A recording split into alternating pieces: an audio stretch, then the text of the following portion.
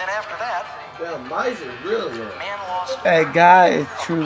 Keep in mind, when God first made Adam and Eve, God made man in his own image. In the same way that God is supreme and a ruler and God can create, God made man so he has the ability to procreate, and man was to be the ruler of this world. Dominion of the planet was given to Adam.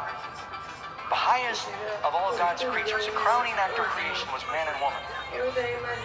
And when Adam and Eve chose to listen to the word of the enemy instead of the word of God, they basically handed the keys to this planet to Satan. We lost control. Even Jesus says the devil is the prince of this world. So you are living in a planet that is a war zone. Atoms around you all the time. And this, Instead of saying, why that's a maze. That's a thing that said after the battle, I don't work no more because Super Bowl body can't. They're gonna go back to human maze. That is maze, a virus. Except as we ask him through prayer to intervene in our lives. There's a cosmic conflict transpiring down here. Serpent said, you won't really die. And he went on. It says, so the dragon was cast out, that old serpent of old called the devil and Satan. There again, Genesis, you've got that's true. The devil. Revelation chapter 12, verse 9, you've got the you know, test it yourself. Don't believe it. Don't believe what I said. Read the Bible yourself. God said, just do telling the truth. I think you're gonna find the same thing. Blamed his wife. He said, it's the woman you gave me. And God said to the woman, what did you do? And she said, oh, it's the serpent you made. And then God asked the serpent, what did you do? And he didn't have a leg to stand on. And so then there was the curse that came. And God said, I will put enmity between you and the woman, between your seed and her seed. Seed means descendants, offspring. There are two seeds in the world, two groups. The children of God, the sons of God, and the daughters of men. You've got the sons of God, the children of God. Behold, what manner of love the Father has bestowed on us. This is 1 John chapter 3, that we should be called the sons of God. When you believe in the Lord, you are adopted into the family of Christ. You become sons and daughters of God.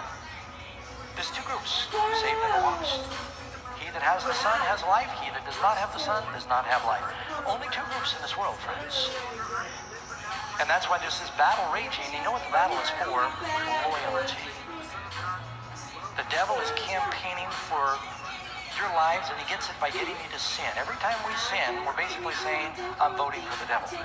But God knows that a lot of this is happening because our natures have fallen. You see, when God first made Adam, he was perfect. Adam did not have the temptations you and I have. Adam's internal motivation was love for God. Some of you, have you ever bought a computer, a new computer?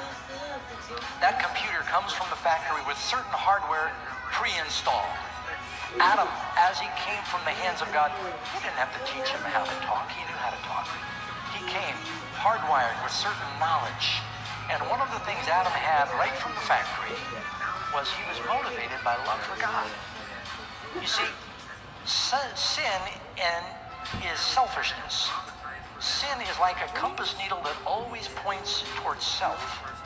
And after Adam fell, it just affected his very DNA, and every child of Adam, all of us, all the descendants of humans in the world, are all naturally, we've got a virus, a computer virus, called selfishness. Instead of being motivated by love for God and love for others, we turn it upside down and we come first. All we think about is, what will this mean for me? What will this do for me? What about this and that? And our prayers are even full of selfishness. When you get a new heart, God begins to transform us. So all of a sudden, we start thinking outside of ourselves, loving God and loving others. And that's a miracle operation we all need. We become new creatures through the Lord's power. It goes on to say, in Revelation 12:17, and the dragon was wroth with the woman. We just talked about the seed of the woman in Genesis chapter 3. Here it talks about it again in Revelation now. It's a central theme of prophecy in the Bible. The dragon, who's the dragon? We're learning what these symbols mean. Was wroth, angry with the woman. Who's the woman? That'd be God's church. And he goes to make war. Don't forget to pray for me, the guys. remainder of her seed, or her descendants, her children. And And so there's this war going on. I do it like Now here's the good news. It's like kind of a political campaign. The devil has cast his vote against you. He wants you to be destroyed. The devil hates you. And you might be wondering, why does the devil hate me so much? It's because he hates God. And he wants to hurt God by hurting you. Because the devil knows that God loves you. I want to ask you, parents, what would hurt you more if someone tortured you or made you watch as they tortured your child? What would hurt more? We have 5 children, had 6, we lost a son. I know what it looks like to see a child in the hospital suffering. And if you could trade places and say, Lord, let it be me, I'd rather suffer than watch them suffer. God loves us more than you love your children. And the devil, he doesn't love you. He's seen it before. He's been around a long time. And he knows how it pains God to hurt you. And so he vents his anger on God by hurting God's children. God made this beautiful world. The devil tries to corrupt it because it all hurts God. And while we're down here shaking our fist at God, saying, if you're so good, why are you allowing all this? And God is saying, this hurts me much more than it hurts you. sorry, guy. I had my win asleep. Jesus came to show us what his Father is like. He said, if you've seen me, you've seen the Father. You feel like And Jesus came to be our substitute, our example, and our substitute to take our place. The dragon was wroth with the woman, and goes to destroy the remnant of her seed that keep the commandments of God and have the testimony of Jesus. You know, it's an interesting prophecy. In Mark 16, Jesus said when the disciples went out, he said, you will take up serpents. What do you think he meant by that? That disciples were to go around and start beating up snakes? What does that serpent represent? It simply means you will take on the devil. And they did. You know, there's some Christians out there that go picking up snakes, and I think that's how they show their faith in God. Number 9, why was eating a piece of fruit such a deadly offense? And why were Adam and Eve removed from the garden? He that commits sin is of the devil. John 3, verse 8.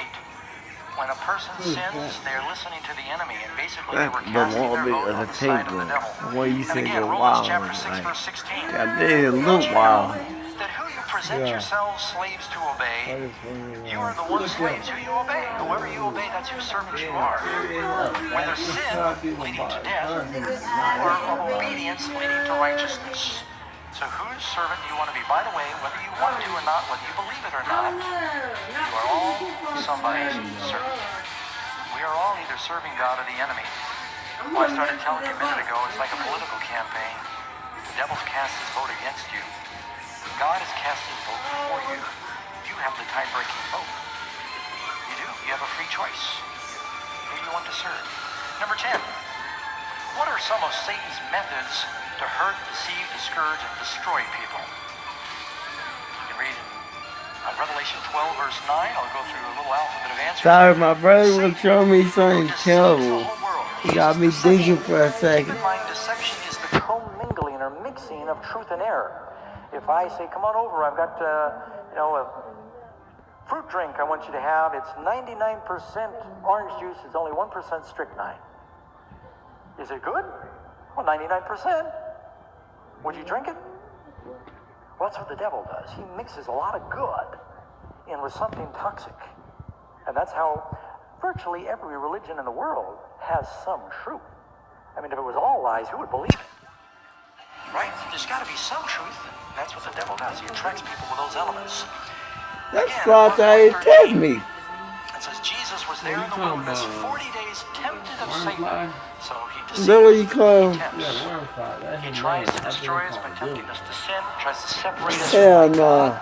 Separate us from God by sin. Sin separates. Sin separates us from God.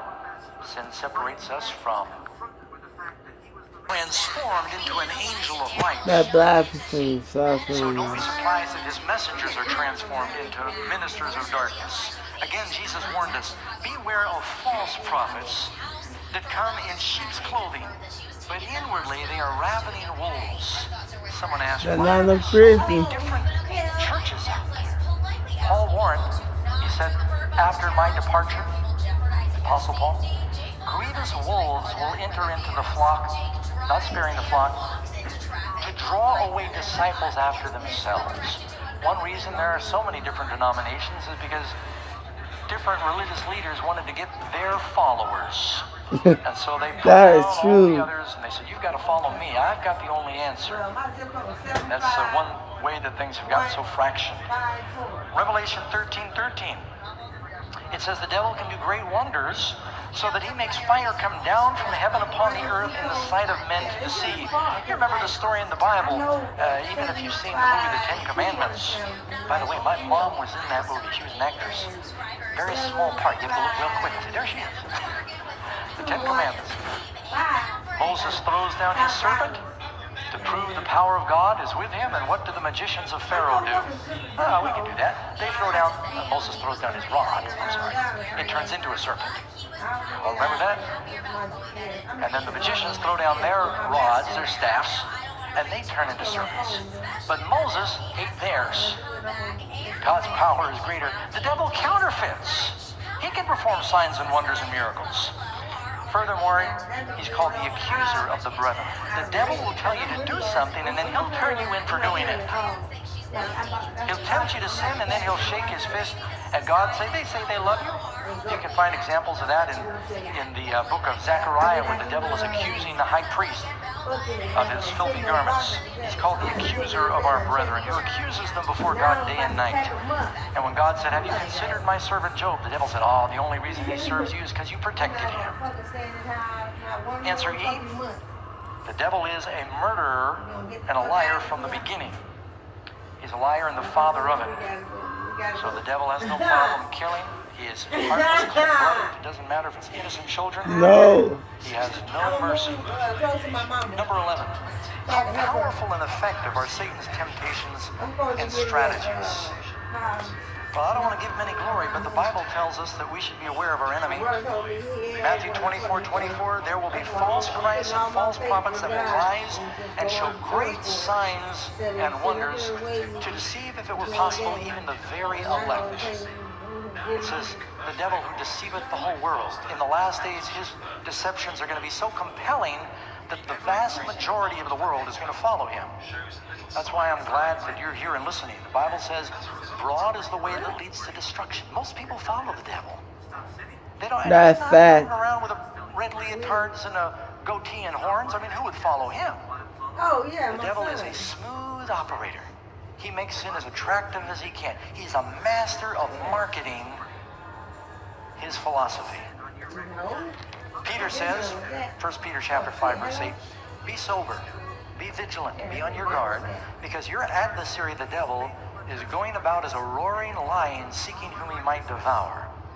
These sneaky lions use stealth when they capture their prey. There are three principal areas where the devil tempts us. It says in 1 John chapter 2, verse 15 to 17, love not the world, neither the things that are in the world. For if any man loves the world, the love of the Father is not in them.